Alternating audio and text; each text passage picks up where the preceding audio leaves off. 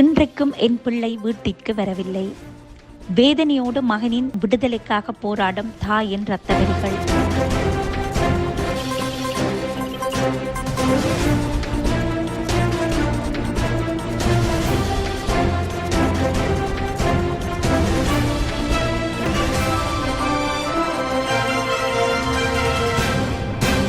இலங்கை சிறைச்சாலை திணைக்களத்தின் கீழுள்ள 36 சிறைச்சாலை கதவுகளும் நேற்று சுதந்திர தினத்தில் பொது மன்னிப்புக்காக முறையாவது திறந்து மூடப்பட்டது. ஆனால் எந்த ஒரு அரசியல் கைதிகளும் அதில் உள்ளடக்கப்படவில்லை. எங்கள் பிள்ளைகளை சந்தேக நபராக கொண்டு போய் 30 வருடங்களாகிவிட்டது. கைது செய்த அதிகாரிகளும் இன்று ஓய்வு பெற்று குடும்பத்துடன் இருக்கிறார்கள். ஆனால் இன்று தமிழன் என்ற ஒரு காரணத்தால் சித்திரவதைகளின் உச்சத்தில் குற்ற ஒப்புதல் வாக்குமூலத்தில் சுய நினைவற்ற நிலையில் இடப்பட்ட கையடையாளம் 30 வருடங்களாக 4 சுவருக்குள் நடைப்பிணங்களோடு இருக்கும் நிலையை உருவாக்கிவிட்டது. இந்த நிலை உருவாக காரணம் போராக இருக்கலாம். ஆனால் அந்த போர் முடிந்து 16 வருடங்கள் கடந்துவிட்டன. போராட்ட களம் கண்டவர்கள் பலர் இன்று பொது மன்னிப்பில் சமூக நீரோட்டத்திற்குள் இணைக்கப்பட்டு விட்டார்கள்.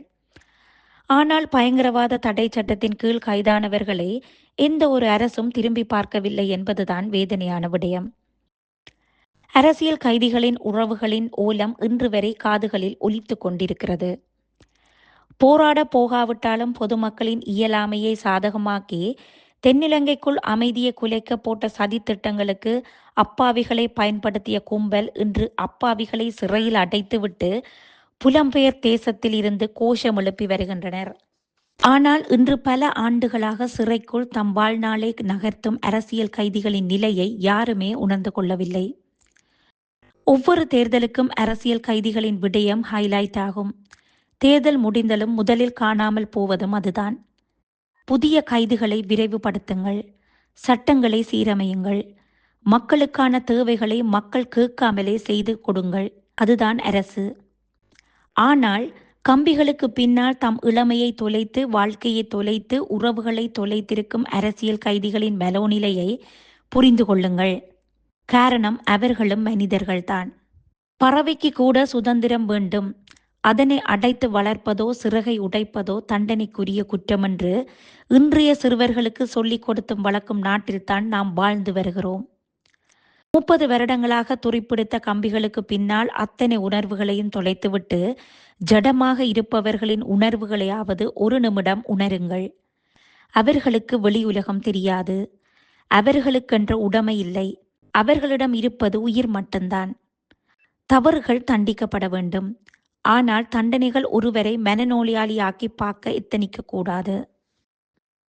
ஜனாதிபதி அவர்களே, இன்றைய புதிய அரசாங்கம் வாடகை வீட்டிற்கான சட்டத்தில் இருந்து புதிய கல்வி, பாதுகாப்பு, மானியம் என்றெல்லாம் வகை வகையான சட்டம் கொண்டு வரும் பொழுது ஏற்கனவே தண்டனை பெற்று வரும் ஒரு மனிதனின் அரை ஆயுள் காலத்தை சிறையிலே கழித்தவர்களின் உணர்வுகளுக்கு ஒரு நிமிடமாவது ஒரு சட்டத்தை கொண்டு வந்து பொது மன்னிப்பை வழங்க வேண்டும் என்று நீங்கள் நினைக்கவில்லையா? இன்றைக்கு சிறைக்கு போனவருக்கு நாளைக்கு பொது மன்னிப்பு தாருங்கள் என்று நாங்கள் கேட்கவில்லை. கைது செய்யப்பட்ட அரசியல் கைதிகள் அனைவரும் போலீஸ் நிலையத்தில் வைத்தே சித்திரவதைக்குட்படுத்தப்பட்டு FIR போடாமல் பல நாட்களாக இருந்து பின் சிறைச்சாலைக்கு கைதிகளாக அனுப்பப்பட்டு அங்கிருந்து வழக்குகள் தாமதமாக்கப்பட்டு பின் எழுதப்பட்ட வழக்குகள் நீதிமன்றத்துக்கு வராமல் கிடப்பில் இருந்து அதன் பின் வழக்கு நடக்காது. ஆனால் திகதிகள் மாதக்கணக்காக வருடங்களாக பிற்போடப்பட்டு இன்று வரை அரசியல் கைதிகளாக சிறையில் இருக்கிறார்கள்.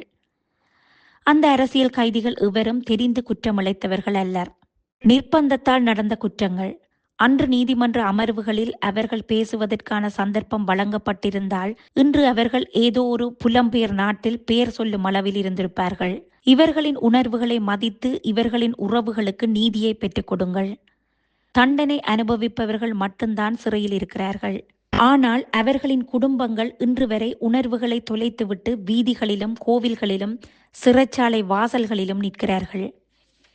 நேற்றைய சுதந்திர தினத்தில் போரை பிரதிபலிக்கும் வடிவிலான ஆயுதங்கள் காட்சிப்படுத்தப்படவில்லை. படை வீரர்களின் சாகசங்கள் இல்லை. படை வீரர்களின் சக்கர நாட்காலி அணிவகுப்பில்லை. போர் விமானங்கள் இல்லை. தமிழ் மொழிக்கான அங்கீகாரம் என்றெல்லாம் சிந்தித்து சிந்தித்து செயற்பட்ட உங்களுக்கு எங்கள் பிள்ளைகளின் நினைவு வந்திருந்தால் கட்டாயம் நேற்று விடுதலையான 49 பேரில் எங்கள் உறவுகளும் விடுதலையாகி இருப்பார்கள். எங்கள் உறவுகள் சிறையில் அனுபவிக்கும் தண்டனையை அணுவணுவாக நாம் தினம் தினம் அனுபவிக்கிறோம். ஜனாதிபதி அவர்களே, பொது மன்னிப்பு என்பது உங்களால் மட்டும்தான் முடியும். அரசியல் அமைப்பின் 34வது பிரிவின் கீழ் ஜனாதிபதிக்கு வழங்கப்பட்டுள்ள அதிகாரங்களுக்கு அமைய சிறை கைதிகளுக்கு ஜனாதிபதியின் இந்த பொது மன்னிப்பு வழங்க முடியும் என சிறைச்சாலை ஆணையாளர் ஏசி கஜநாயக்க தெரிவித்தார். சிறைச்சாலையில் தண்டனை அனுபவித்து வரும் கைதிகள் சிறைச்சாலையில் அனுபவித்த ஒவ்வொரு வருடத்திற்கும் 1 கிழமை விகிதம் பொது மன்னிப்பு வழங்கப்படும். அதேபோல் 75,000க்கும் குறைந்த அபராத தொகை வழங்க தவறியவர்களின் எஞ்சிய தண்டனை காலத்தை ரத்து செய்தல் என்பன இந்த பொது மன்னிப்பில் உள்ளடக்கப்படும் என்றார். 78வது சுதந்திர தினத்தில் இந்திய மீனவர்கள் உட்பட 49 பேர் விடுதலை செய்யப்பட்டனர். இந்த விடுதலையை வரவேற்கிறோம். எந்த எதிர்ப்பும் தெரிவிக்கவில்லை. ஆனால் 30 வருடங்களாக சிறையில் இருக்கும் அரசியல் கைதிகளின் விடுதலையை காலம் தாழ்த்தாமல் கருணை காட்டுங்கள். இன்று அரசியல் கைதிகளாக உள்ள 10 பேரின் எஞ்சிய காலம் சொற்பமாக இருந்தாலும் உறவுகளுடன் உண்டு மகிழட்டும். இவர்களின் விடுதலையால் அந்த குடும்பங்களின் உணர்வுகளையாவது இனிவரும் காலங்களில் கூறு போடாதிருக்க உதவுங்கள். எங்கள் உறவுகள் எம்மிடம் வந்து சேர்ந்தால் நாம் வீதிக்கு வரமாட்டோம், ஆர்ப்பாட்டம் செய்ய மாட்டோம். இது சத்தியம்.